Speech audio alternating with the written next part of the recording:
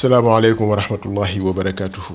Mes chers frères, mes chères sœurs, nous voici au début de l'an 1443 de l'Hégire et prions Allah subhanahu wa ta'ala que cette année soit emplie de bonheur, de grâce pour l'ensemble de la communauté musulmane, mais pour l'ensemble de l'humanité. Surtout en ces moments de crise sanitaire, de catastrophe même sanitaire, où le virus, la Covid-19 est en train de nous mettre dans des situations extrêmement pénibles, extrêmement difficiles sur tous les plans, sur le plan moral, sur le plan spirituel, même sur le plan religieux, sur le plan économique. Tout est déformé, disons, tout est impacté par la férocité du virus, particulièrement la férocité de cette variante, de ce variant qu'on appelle variant Delta. À l'entame de ce nouvel an, il y a un certain nombre de questions que des musulmans et d'autres personnes se posent concernant le mois de Muharram, concernant Ashura. La première question concerne la validité de la célébration de Ashura en tant que fête ou en tant que jour férié. Il ne faut pas oublier que Ashura est une tradition établie par le prophète Mohammed sallallahu alayhi wa ala alihi wa ashabihi. Lorsqu'arrivé à Médine, il a trouvé la communauté israélite qui y vivait avec les tribus de Khaybar et d'autres, qui célébraient ce mois, mais particulièrement qui célébraient ce jour de Ashura. Le prophète Mohammed sallallahu alayhi wa alihi wa sahbihi, comme à son habitude, se posait des questions et menait une enquête pour appréhender la réalité des choses et des phénomènes. Et c'est ainsi que les Israélites lui ont appris qu'ils célébraient ce jour pour rendre grâce à Allah subhanahu wa ta'ala, qui les a sauvés ce jour-là à travers Sayyidina Moussa alayhi salam et la communauté qui était avec lui, qui les a sauvés de la tyrannie du Pharaon. Et depuis, chaque année, à l'anniversaire de cet événement, il célébrait cette journée par des actions de grâce, par également le jeûne.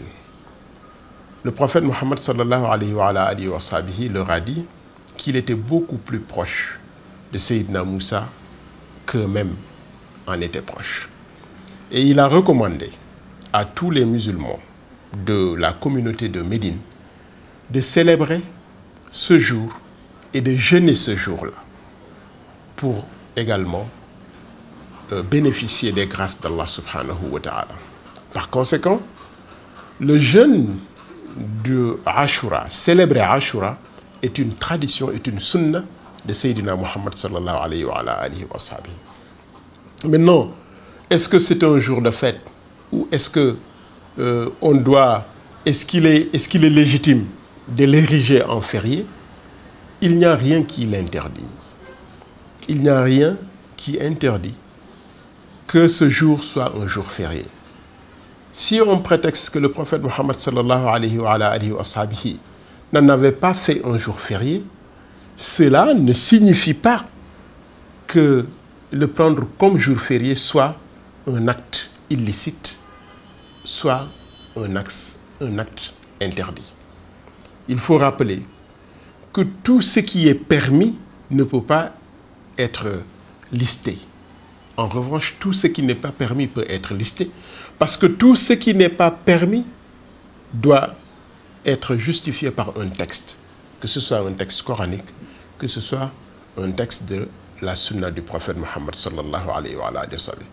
Il n'y a aucun texte que je sache qui interdise que l'on adopte un jour férié parmi les 365 jours de l'année. Oui, en islam, ce que le prophète a établi comme fête, c'est le jour de la rupture du Ramadan, la Korité, et le jour du sacrifice d'Abraham, la Tabaski. Mais même pendant ces jours, il n'est pas interdit de travailler. Ces jours ne sont pas des jours fériés en tant que tels dans la compréhension de ce que nous avons aujourd'hui, comme dans la compréhension de la notion de jour férié que nous avons aujourd'hui. Du temps du prophète Mohammed sallallahu alayhi wa sallam, cette notion de jour férié n'existait pas. Mais c'est une fête, c'est-à-dire c'est un jour célébré pour partager la joie, le bonheur au sein de la communauté. Il n'est pas interdit de prendre ces 2 jours comme jours fériés dans l'entendement moderne, comme il n'est pas interdit de prendre également le premier jour de Muharram ou le 10e jour de Muharram comme étant des jours fériés. Pourquoi? Parce que nous sommes dans un monde de diversité, et dans ce monde de diversité, il n'est pas interdit que les musulmans bénéficient d'autant de jours fériés que les autres en ont, en respectant ce pourquoi ces jours ont été célébrés, c'est-à-dire rendre grâce à Allah subhanahu wa ta'ala. Il y a également la question consistant à dire que le jour de Ashura ne doit pas être célébré parce que c'est un jour de deuil. Cela coïncide avec la mort de Sayyidina Hussein alayhi salam dans les situations tragiques que nous connaissons à Karbala. Il y a 2 événements qui coïncident à la même date. Mais il faut dire que Ashura précède de plusieurs décennies la mort de Sayyidina Hussein alayhi salam à Karbala. Lorsque le prophète Mohammed sallallahu alayhi wa sallam arrivait en 622 à Médine, lorsqu'il établissait le jeûne de Ashura, du Tamkharit, à Médine en 622, lorsqu'il demandait à tous les musulmans de jeûner à Ashura en 622, il n'y avait pas encore Karbala ni le décès de Sayyidina Hussein. Il a fallu attendre 680, c'est-à-dire environ 40 ans après, pour voir l'événement de Karbala occasionner la mort de Sayyidina Hussein alayhi salam. Mais est-ce que cet événement intervenu des décennies après l'établissement de cette sunna du prophète Mohammed sallallahu alayhi wa sallam, est-ce que cet événement-là suffit, aussi dramatique soit-il, à abroger la sunna du prophète Mohammed sallallahu alayhi wa sallam? Je pense que non. Autant nous sommes meurtris par la mort de Sayyidina Hussein alayhi salam dans les circonstances racontées par l'histoire, autant la célébration de Ashura reste une tradition du prophète Mohammed sallallahu alayhi wa sallam et que les musulmans ont le droit de le célébrer comme le célébrait le prophète Mohammed sallallahu alayhi wa sallam. Ils ont également le droit de l'ériger en jour férié en tant que communauté de l'humanité à côté des autres communautés qui ont d'autres jours fériés qu'ils célèbrent. En tant que disciples, en tant que musulmans qui adhérons à l'école malikite, à la théologie ash'arite, ce que nous dicte notre école juridique, qui est l'école malikite, c'est de nous abstenir de commenter les événements tragiques qui ont eu lieu dans les temps lointains de l'aube de l'islam. Chaque partie peut faire un récit sur ces événements, mais nous, dans la doctrine malikite, notre règle, c'est de nous abstenir de faire un commentaire pour ou contre tel ou tel groupe. Nous les considérons tous comme des musulmans, comme des autorités de l'islam qui ont vécu des contradictions qui ont entraîné des conséquences que nous déplorons, mais nous nous abstenons de tout commentaire. Et nous prions Allah subhanahu wa ta'ala qu'il déverse sur la communauté musulmane et sur eux tous sa miséricorde. Donc pour nous, nous estimons que Ashura n'est pas un deuil universel, mais Ashura est une tradition, une célébration spirituelle dans la tradition du prophète Mohammed sallallahu alayhi wa sahbihi. Et nous en profitons pour demander grâce, pour demander pardon à Allah subhanahu wa ta'ala. Il y a également la question suivante concernant les mascarades, le carnaval de Ashura qu'on appelle ici Tajabon. Il faut dire que les mascarades ont une signification profonde qu'il nous faut appréhender. Dans le Tajabon, il y a deux aspects.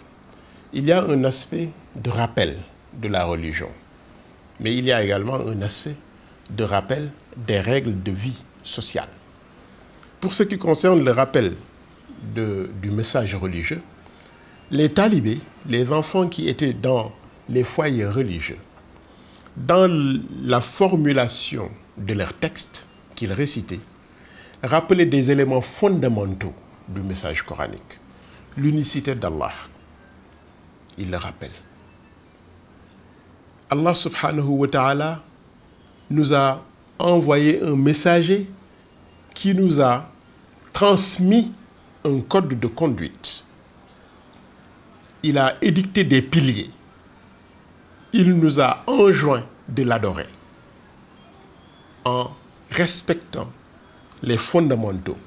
L'unicité d'Allah, Yalla kenn la prière, ndax julli nga, comme disent les jeunes, le jeûne du Ramadan, ndax woor nga, s'acquitter de la zakat, s'acquitter de la zakat du Ramadan, mais s'acquitter de la zakat globalement.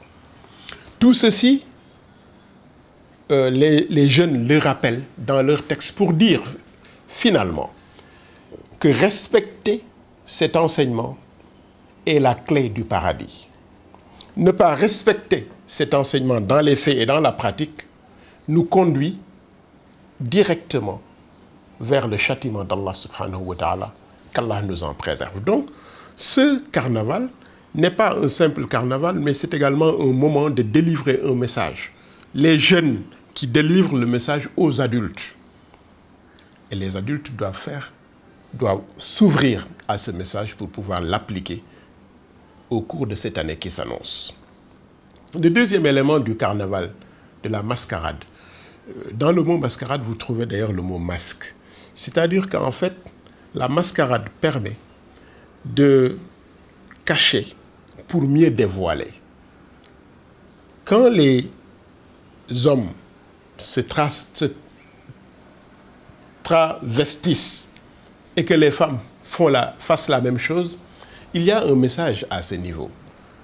Les hommes qui se déguisent en femmes, les femmes qui se déguisent en hommes, ce n'est pas un simple jeu, mais c'est un message destiné à montrer qu'il y a une dérégulation dans le fait que les hommes deviennent des femmes et que les femmes deviennent des hommes.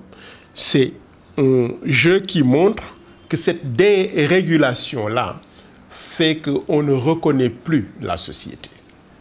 Donc c'est ce message qu'il faut comprendre. Et l'autre élément, c'est lorsque, dans la tradition, on dit que cette nuit-là, on dit que le vol est permis. Cela veut dire que si le vol est permis cette nuit, tout ce qui est permis cette nuit, quant au fond, que ce soit le fait que les jeunes se déguisent, ça montre que voilà ce qui est interdit dans l'année. Donc ça, c'est important également à comprendre.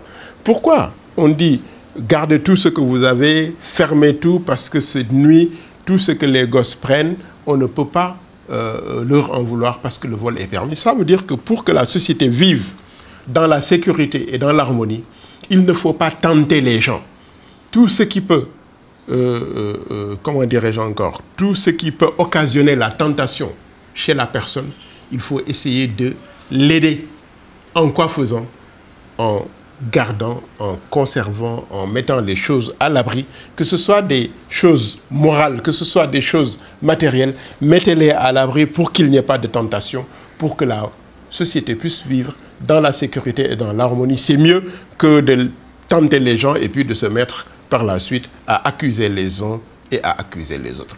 C'est ça le sens du carnaval, qui me semble être quelque chose d'important pour, si on le prend dans sa dimension sociale et dans sa dimension religieuse, et non pas seulement dans sa dimension ludique, comme un jeu, comme un divertissement.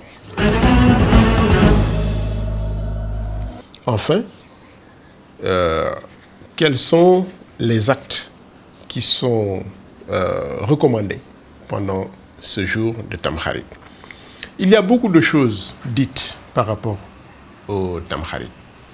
Mais ce qu'il faut retenir, c'est que toutes les recommandations concourent à l'élévation spirituelle, à l'élégance morale, à la solidarité sociale.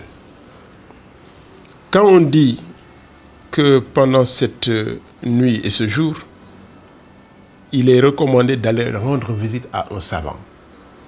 Mais qu'est-ce qu'on veut dire par là? C'est que on voudrait avoir des repères sur le plan culturel, intellectuel et spirituel, que cela soit pour nous une ressource pour que le long de l'année, qu'on puisse vivre avec ces rappels-là. Nous avons dit également qu'il y a une dimension de solidarité sociale.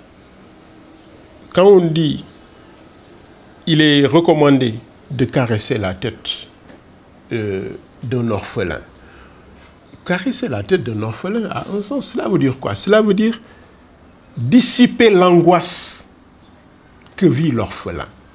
Mais l'orphelin ici, ce n'est pas seulement celui qui perd père ou mère, mais celui qui est dans une situation de déficit affectif. Et il est bon de faire de sorte que celui qui est dans cette situation de déficit affectif puisse être ressourcé sur le plan affectif par les membres de la société. Il est également recommandé d'aller visiter ou de faire des prières pour les morts. C'est important. C'est-à-dire qu'ici, il y a une jonction entre la vie sur terre et la vie sous terre. Nous tous, nous allons rejoindre notre demeure sous terre. Mais c'est surtout ne pas oublier que ceux qui sont sous terre ont laissé des traces et des empreintes sur terre. Et que nous autres, nous bénéficions de leur œuvre sur terre alors que eux ont rejoint sous terre. Donc, cela veut dire que nous devons également ne pas perdre de vue ce qu'ils nous ont légué et prier pour qu'Allah subhanahu wa ta'ala fasse que la miséricorde les enveloppe pour toujours. Mais nous également, que nous puissions nous inspirer de leur passage sur terre pour pouvoir léguer quelque chose à nos enfants. Donc, grosso modo, si nous prenons Ashura, nous voyons qu'Ashura, c'est un moment très important du point de vue de l'histoire.